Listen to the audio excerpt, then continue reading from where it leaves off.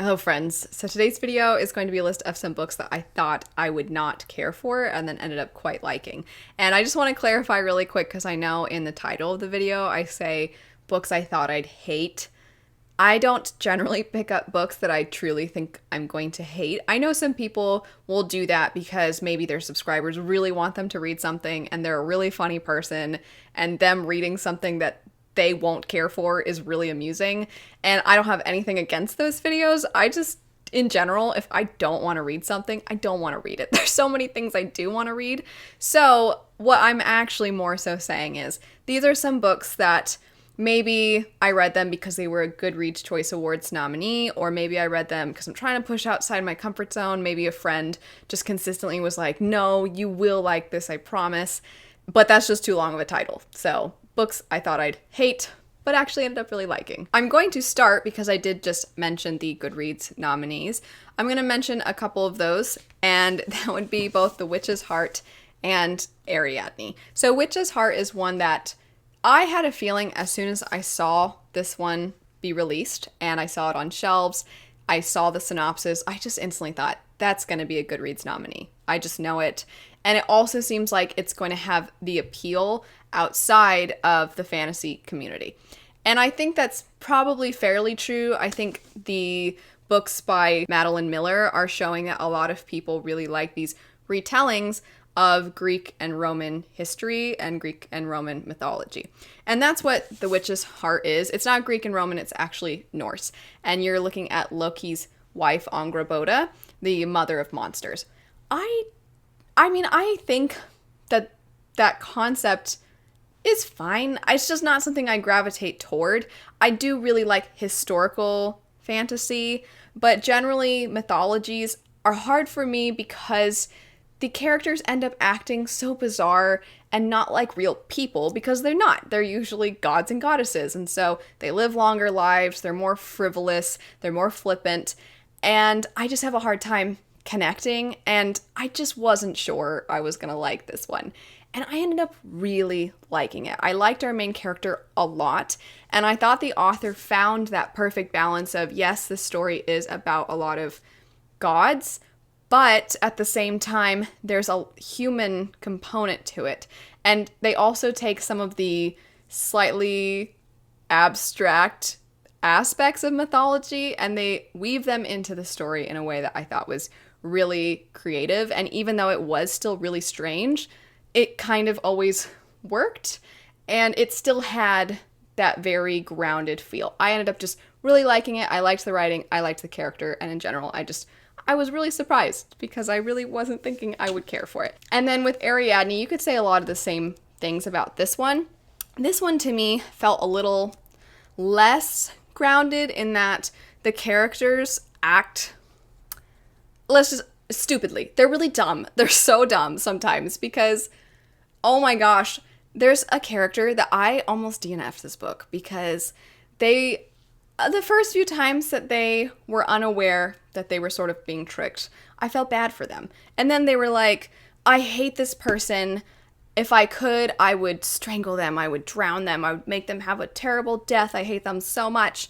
And then when they think that person's on the horizon, like that they're sailing to their island, they're like, is that them? Will I be mad at them or will I greet them with open arms? And I'm like, you would be mad at them, dummy. You would be mad because they left you here. And I was just so frustrated with her.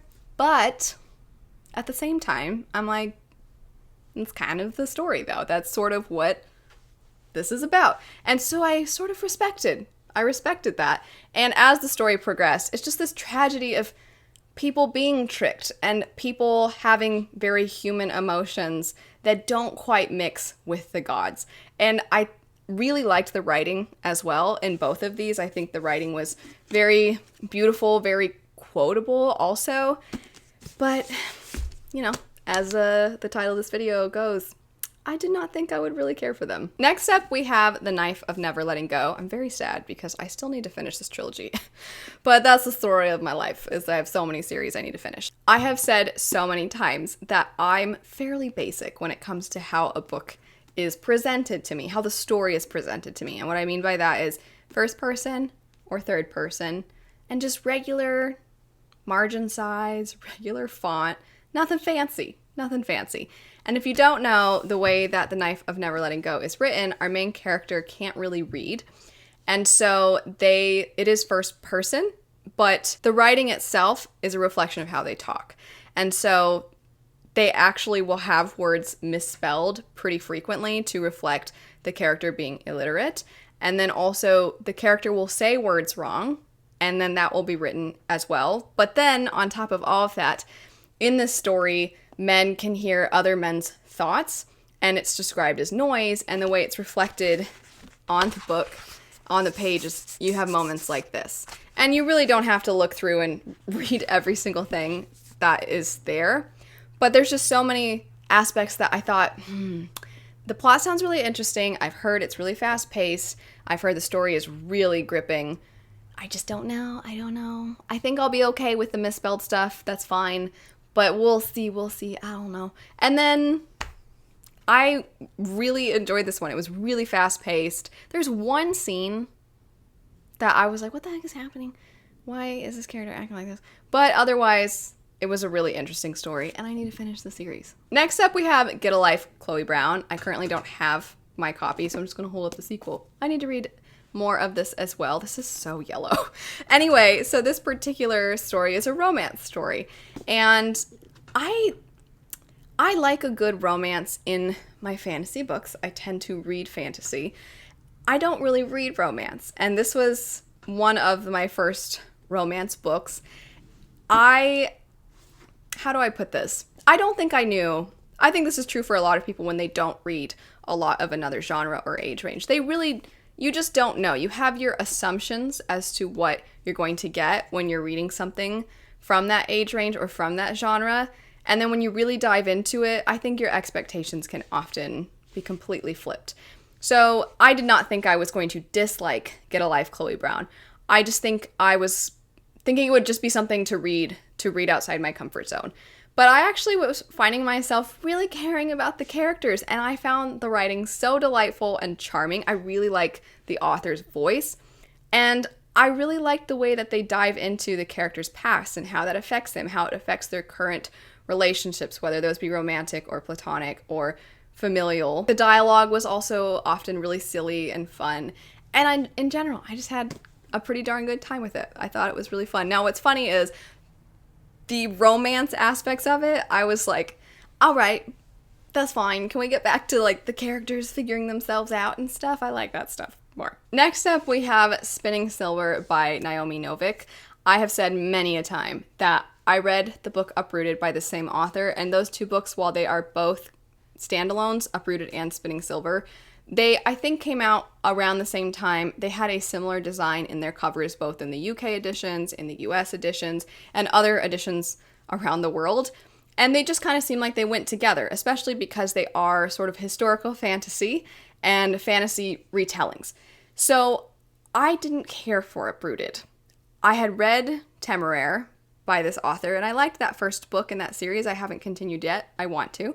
And then I picked up Uprooted, and I was like, no, thank you. And then I had so many of you, and if you've watched a fair amount of my videos, you know, I had so many of you say, hey, you should read Spinning Silver. It's really different from Uprooted.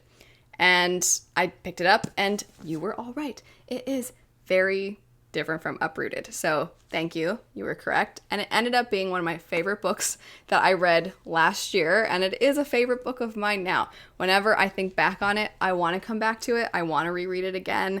I get happy when I think about the characters. I feel really sad when I think about what some of the characters have to endure. So, you know, happy, sad, all of the very deep emotions there. I started this off with some of the Goodreads nominees, and I'm going to finish it up with two more, and that would be Once Upon a Broken Heart and These Hollow Vows. So These Hollow Vows, it sounds like the most generic, fae, love triangle, tropey book that you can think of. I mean, it's got all the things that you can possibly imagine for all the tropes and all of the fae stuff. It has it. It has it. And everything about it, I'm like, wow, this is, I mean, pretty familiar. And I still had such a good time with it. It was just different enough, or the characters were just different enough, or it was just ridiculous enough that I'm like, okay, you know what? I'm having a good time with this. And sometimes that's, I don't know, I feel like sometimes you need that. You need those stories that you pretty much can call what's going to happen. You are like, wow, a love triangle with the bad boy and the Prince Charming type. But is he really? I mean, you've got, it's just, you know, I don't even think I need to say more. You just sometimes want those cozy, familiar reads. Maybe some of you don't. Maybe you're like, I want every single book to be totally different. But sometimes I like the familiar. I just think they're fun. Fun is the perfect word to describe Once Upon a Broken Heart. I loved this one so much. It was such a surprise to me because I just didn't really know what I was getting into. And I actually got this in a subscription box, this particular edition from Fairy Loot. And I was like, I don't even know what this is. And I didn't really plan on picking it up right away. And then I saw it was Goodreads nominee. I thought it was so adorable and funny and slightly self-aware and silly and charming. And I think it was able to accomplish a lot of that because it knows the tropes. So these Hollow Vows is like, I know the tropes and I'm leaning into them and this is what you're getting. And this one's like, I know the tropes and I'm gonna kind of use them and make fun of them at the same time, which really I found to be quite clever and entertaining. And I just thought the main character was she was silly. I know I've used that word already, but she's silly and the story is very soft magic, whimsical. I just thought it was a delight. That's it for some books that I ended up enjoying way more than I was expecting. Let me know what books this was the case for you. I would love to know. But anyway, thanks so much for watching. I hope you have a great rest of your day and I'll see you all later. Bye.